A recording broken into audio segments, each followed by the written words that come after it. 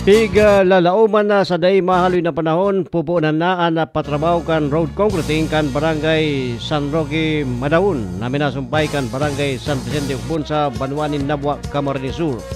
Sa entrevista kan Rinconada News FM ki punong barangay Henry Quiniano kan barangay San Roque Madaun nagapapadagos na subutan road clearing. Ninunod na may mga patikan tinampo na sadit antes na dagos ng punan ang road concreting.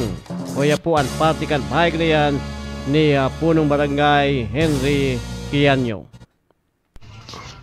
Ang pinagtaong ko yan ni Kong Mig saka ni Mayor, ongoing na ang road concreting San Roque Madaun going to San Vicente Ugbon. As soon as possible mapunan tulos ang pagtrabaho kayan. Kaya sa ngunyan nagki-clearing na ang mga nakakontrata. May mga party kaya na San Vicente na saradit ang tinampo ngunyan pinagki-clearing na para abuton ang hiwas kan tinampo.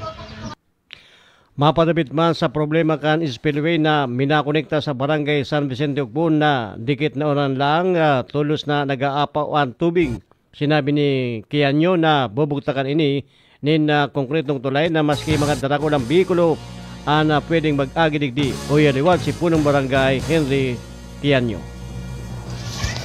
Ang sistema kang pagkatapos kang road concreting San Roque Madaun going to San Vicente, gabos yan, nagsubmit na kami nin sa resolusyon, joint session resolution kan San Vicente and Barangay San Roque Madaun manungod kan pagkakaigwan ng perming tubig sa spillway. Kaya na-deklara na yan, nanyan pagkatapos kang concreting na San Roque Madaun yung to San Vicente Ugbon, susunod na po ang tulay kang San Vicente Ugbon to Madaun. Mientras tanto, susugman ki punong barangay Jaime Prades kan barangay San Vicente Ugbon na apwera sa barangay San Roque Madaun asin barangay San Vicente Ugbon masirbing bypass road an tinampong ini na lusutan na pasiri sa Banwan kan Bato asin iba pang lugar na mabibenepisyuan kan marhain na tinampo. O yaman po ang party kan pahayag na yan ni punong barangay Jaime Prades kan barangay San Vicente Ugbon sa Nabwa. Igo pa pong mabibenepisya ng gali. Actually, this is a bypass road going to Santo Domingo pag na-materialize po.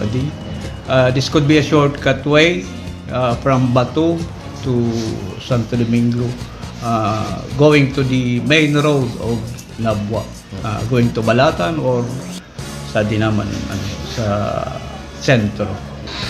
So, very productive.